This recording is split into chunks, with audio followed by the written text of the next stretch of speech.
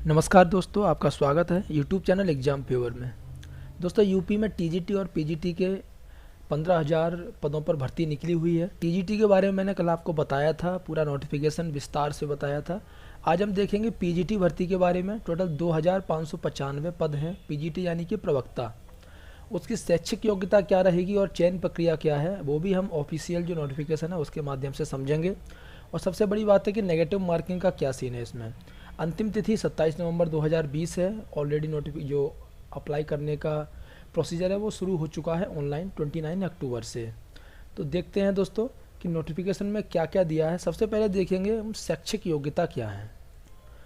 UP में उत्तर प्रदेश माध्यमिक शिक्षा सेवा चयन बोर्ड प्रयागराज, जो कि प्रवक्ता और जो टीजीटी इनके पदों के लिए वैकेंसी निकालता है, तो उन्होंने फॉर्म निकाले हैं। पंजीकरण करने की यानी कि ऑनलाइन अप्लाई करने की तिथि है जो 29 अक्टूबर से शुरू हो चुकी है, और ऑनलाइन आप फीस भी 29 अक्टूबर से दे सकते हैं। लास्ट डेट है वो 27 नवंबर 2020 है, और जो पार्ट 2 है उसको सबमिट करने की अंतिम तिथि है 30 नवंबर 2020। आप जब ऑनलाइन अप्लाई करेंगे तो आप जो इसकी ऑफिशियल वेबसाइट है चयन बोर्ड की www.upsessb.org उसे ही ओपन करें और वहाँ से आप ऑनलाइन अप्लाई कर सकते हैं। ऑनलाइन अप्लाई करने में कोई भी प्रॉब्लम आती है आप मुझसे पूछ सकते हैं। अभी सबसे पहले हम जानेंगे कि शैक्षिक योग्यता क्या है, और उसके अलावा जब आप फॉर्म भर देंगे तो आपको चाहिए होगा सिलेबस। टीजीटी और पीजीटी दोनों के सिलेबस की वीडियो में अपलोड कर दूंगा। आप मेरे डिस्क्रिप्शन में जो लिंक है वहाँ से भी डायरेक्ट उन्हें देख सकते हैं। जैसा कि नोटिफिकेशन में दिया गया है, प्रवक्ता के पद हेतु शैक्षिक अर्हताएँ यानी कि एलिजिबिलिटी क्लास 11 और 12 के लिए अध्यापक के लिए। सबसे पहले अगर आप हिंदी में प्रवक्ता बनना चाहते हैं तो आपकी जो एलिजिबिलिटी है, आपने हिंदी में एमए और संस्कृत के साथ बीए या फिर शास्त्रीय परीक्षा राजकीय संस्कृत कॉलेज वाराणसी, जिसे कि आप संपूर्णानंद विश्वविद्यालय वाराणसी बोलते हैं, वहाँ से आपका बीए मतलब ये सब पास होना चाहिए। शास्त्रीय परीक्षा आपकी पास होनी चाहिए।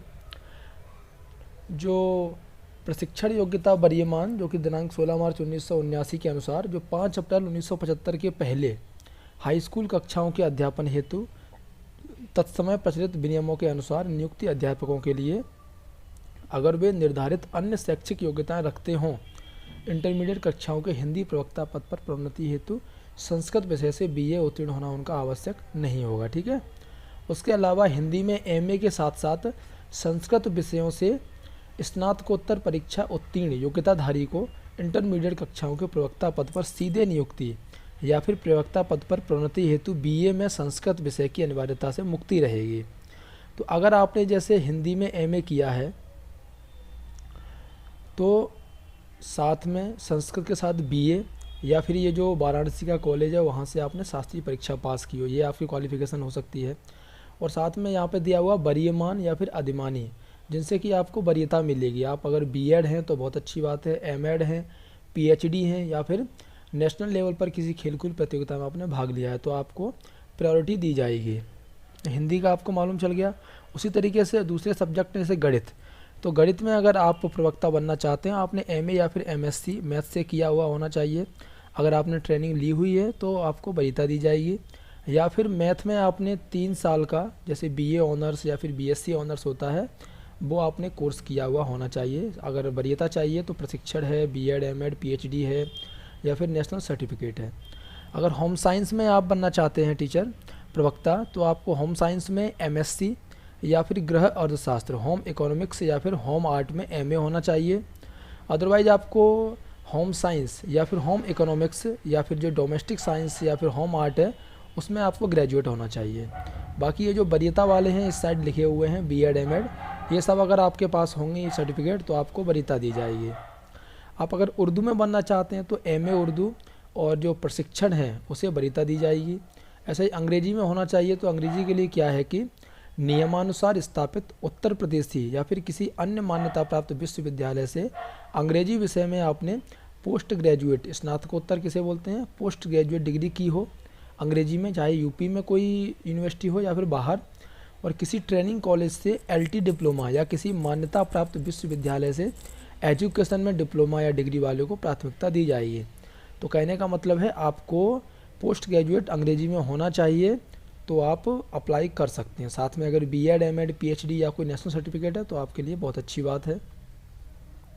अभी कला के लिए देखिए, इंटरमीडिएट परीक्षा सहित राजकीय कला और शिल्प विद्यालय लखनऊ का आर्ट मास्टर्स ट्रेनिंग सर्टिफिकेट, या फिर प्राविधिक कला के साथ इंटरमीडिएट परीक्षा, और या फिर ये सामने आपके दिए हैं कला भवन शांति निकेतन का fine art diploma, otherwise Calcutta की फाइनल ड्राइंग टीचरशिप परीक्षा, या फिर लाहौर की मेयो स्कूल ऑफ आर्ट्स की टीचर सीनियर सर्टिफिकेट परीक्षा।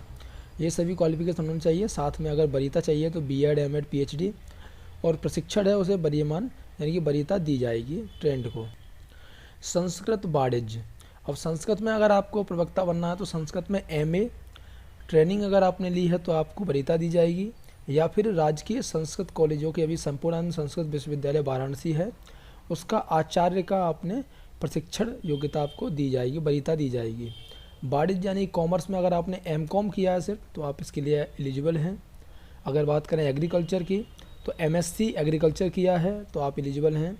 फिजिकल एजुकेशन में आपने ग्रेजुएशन और जो स्टेट गवर्नमेंट है उसके द्वारा मान्यता प्राप्त तो कोई व्यायाम शिक्षा में डिप्लोमा या फिर किसी अध्यापक प्रशिक्षण एलटी महाविद्यालय से व्यायाम शिक्षा में विशेष योग्यता, या फिर भारत में विधि द्वारा स्थापित किसी विश्वविद्यालय द्वारा जो व्यायाम शिक्षा दी जाती है उसमें डिप्लोमा या फिर कोई भी अन्य योग्यता होगी तो आप इसके लिए एप्लीकेबल हैं, एलिजिबल हैं।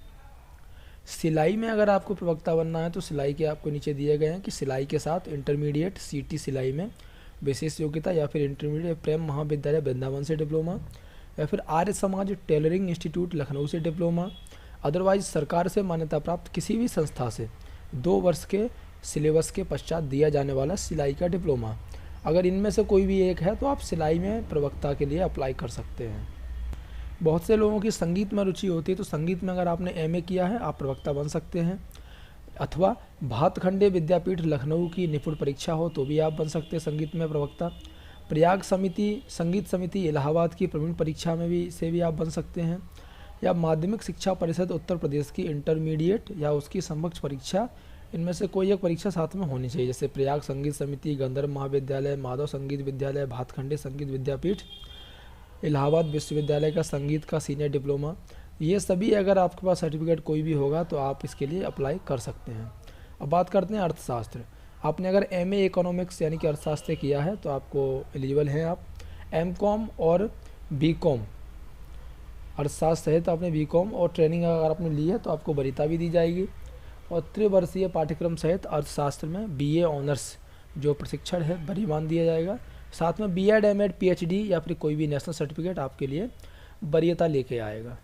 और भी जो सब्जेक्ट में निकली हैं वैकेंसी, तर्कशास्त्र यानी कि दर्शन शास्त्र में एमए या फिर बीए ऑनर्स 3 साल के पाठ्यक्रम दर्शन शास्त्र है, साथ में इंटरमीडिएट या फिर बीए अथवा एमए में तर्कशास्त्र का ऐच्छिक तर्कशास्त्र जो है एक ऐच्छिक विषय में आपके पास रहा हो। अगर हम नागरिक शास्त्र की बात करें तो एमए आपने राजनीति में किया हो, या फिर 3 साल राजनीति में आपने बीए ऑनर्स और साथ में प्रशिक्षण आपने लिया हो तो आप एलिजिबल हैं। जो लोग इतिहास से करते हैं, अगर इतिहास से आपने एमए किया है तो आप एलिजिबल हैं, या प्राचीन भारतीय इतिहास में एमए अगर आपने किया तो भी आप एलिजिबल हैं, अथवा इतिहास में त्रिवर्षीय पाठ्यक्रम के साथ बीए ऑनर्स, और जैसे मध्यकालीन इतिहास और आधुनिक कालीन इतिहास में स्नातकोत्तर उपाधि प्राप्त अभ्यर्थी इतिहास प्रवक्ता पद के लिए एलिजिबल माने जाएंगे। भूगोल में आपने एमए की हो या फिर एमएससी तो आप एलिजिबल हैं। भूगोल में 3 साल आपने बीए ऑनर्स किया है या बीएससी ऑनर्स भूगोल से किया तो भी आप अप्लाई कर सकते हैं। साइकोलॉजी यानी कि मनोविज्ञान अगर आपने एमए मनोविज्ञान से किया है या एमएड की है तो भी आप इसके लिए एलिजिबल हैं।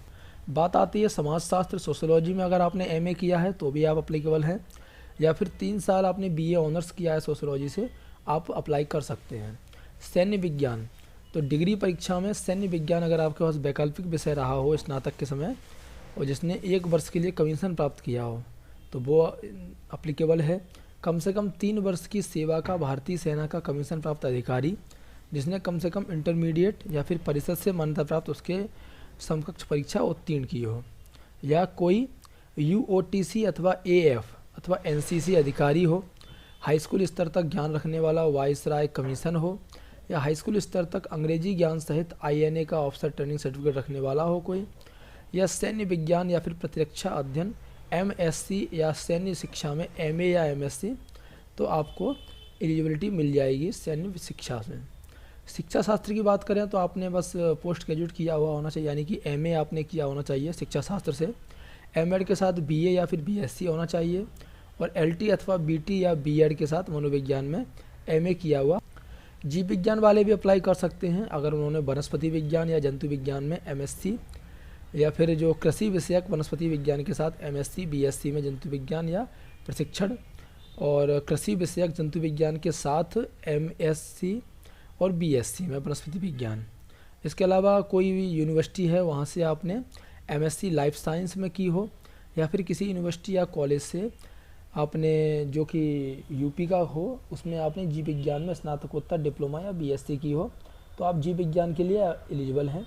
भौतिक विज्ञान यानी कि आपने एमएससी फिजिक्स में किया हो, या फिर किसी डिग्री कॉलेज या यूनिवर्सिटी से आपने जो कि उत्तर प्रदेश का हो उसमें आपने भौतिक विज्ञान में पोस्ट ग्रेजुएट डिप्लोमा या बीएससी की हो।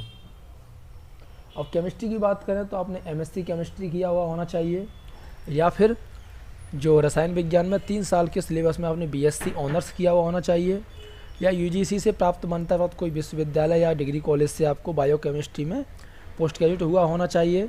अदरवाइज किसी कॉलेज या यूनिवर्सिटी जो यूपी का है वहाँ पर आयोजित रसायन विज्ञान में आपने स्नातकोत्तर डिप्लोमा के साथ में बीएससी की हो तो भी आप एलिजिबल हैं।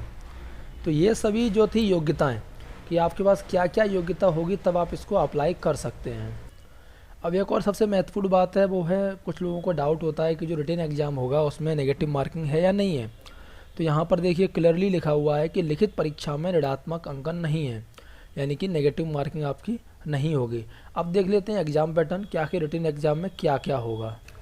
आप अगर प्रवक्ता पद पर यानी कि ये जो पीजीटी के लिए अप्लाई कर रहे हैं तो आपको चयन है जो एक तो रिटन एग्ज़ाम और साथ में आपको इंटरव्यू भी देना होगा। जैसे कि टीजीटी में ओनली रिटन एग्ज़ाम था, लेकिन यहाँ पर आपको इंटरव्यू भी देना है, और जो आपका रिटन एग्ज़ाम होगा उसके आधार पर 85% अंक, और जो इंटरव्यू है उसके आधार पर 10%, जो कि अलग अलग उसमें से डिवाइड किए गए हैं। जैसे कि सामान्य ज्ञान के आधार पर 4% अंक, और व्यक्तित्व परीक्षण के आधार पर 3% अंक, और अभिव्यक्ति की योग्यता के आधार पर 3% अंक। तो आपका जो इंटरव्यू है वो 10% अंक जुड़ेंगे उसके, और जो लिखित परीक्षा है उसके आधार पर 85% अंक आपके ऐड किए जाएंगे, वहीं से आपकी मेरिट बनेगी। और 5% का जो एक बेनिफिट मिलेगा जिसके पास डॉक्टरेट की उपाधि है उन्हें 2%, और शिक्षा परास्नातक यानी कि एमएड की उपाधि रखने वाले को 2% अंक, बीएड की उपाधि रखने वाले को 1% अंक, और राज्य की टीम के माध्यम से किसी राष्ट्रीय स्तर के खेल में भाग लेने वाले को 1% अंक का वरीयता दी जाएगी, अलग से दिए जाएंगे। अभी आप देख सकते हैं जो लिखित परीक्षा है, और लिखित परीक्षा 425 अंक, जो तदर्थ शिक्षकों के लिए लिखित परीक्षा प्रवेश अधिभार 425 अंक, इंटरव्यू 50 अंक, और जो विशेष योग्यता पर अधिभार जैसे कि डॉक्टर की उपाधि, एमएड, बीएड जो आपको खेलकूद वाला बताया था वो 25 अंक, टोटल 500 अंक होगा आपकी चयन प्रक्रिया के लिए। लिखित परीक्षा है, लिखित परीक्षा जो प्रवक्ता संवर्ग पद के चयन हेतु जिस विषय के लिए आप अप्लाई करेंगे उसमें सामान्य योग्यता की एक लिखित परीक्षा होगी, जिसमें कि 425 अंकों का एक प्रश्न पत्र होगा, और उस प्रश्न पत्र में कुल 125 प्रश्न होंगे, यानी कि एक प्रश्न है वो 3.4 अंक का होगा। तो याद रखिए टोटल 425 अंक। जो तदर्थ प्रवक्ताओं के लिए जो लिखित परीक्षा है वो 390 अंकों की होगी, और प्रत्येक प्रश्न 3.12 अंक का होगा। ठीक है, तदर्थ मीन्स जो पहले से वहाँ पर शिक्षक हैं उनके लिए, जो स्टाफ हो जाएगा एक तरीके से उनके लिए। आपका जो प्रश्न पत्र है वो हल करने की जो समय अवधि है वो 2 घंटे की होगी, और सभी प्रश्न हैं वो कि ऑब्जेक्टिव टाइप में ही होंगे, और प्रत्येक उत्तर के लिए 4 विकल्प दिए होंगे। नेगेटिव मार्किंग बिल्कुल है नहीं, आपको ब्लैक बॉल पेन लेकर के जाना है। अभी अगर अधिभार की बात करें तो यहाँ पर जैसे दिया हुआ है कि जो तदर्थ प्रवक्ता हैं उनके द्वारा कार्य करने की अवधि के आधार पर उन्हें अधिभार यानी कि वेटेज दिया जाएगा। तो 1 वर्ष की सेवा पर 1.75 अंक और अधिकतम 35 अंक उन्हें दिए जाएंगे, जो काफ़ी दिन से वहाँ पर जॉब कर रहे हैं। और तदर्थ प्रवक्ता द्वारा लिखित परीक्षा में पाए गए प्राप्तांकों में सेवा आधारित अधिभार अंक जोड़ दिए जाएंगे। जैसे कि प्रवक्ता के लिए लिखित परीक्षा का कुल पूर्णांक 425, तो 390 अंक रिटन एग्जाम और 35 अंक उनको दिए गए हैं, एक तरीके से वेटेज दिया गया है।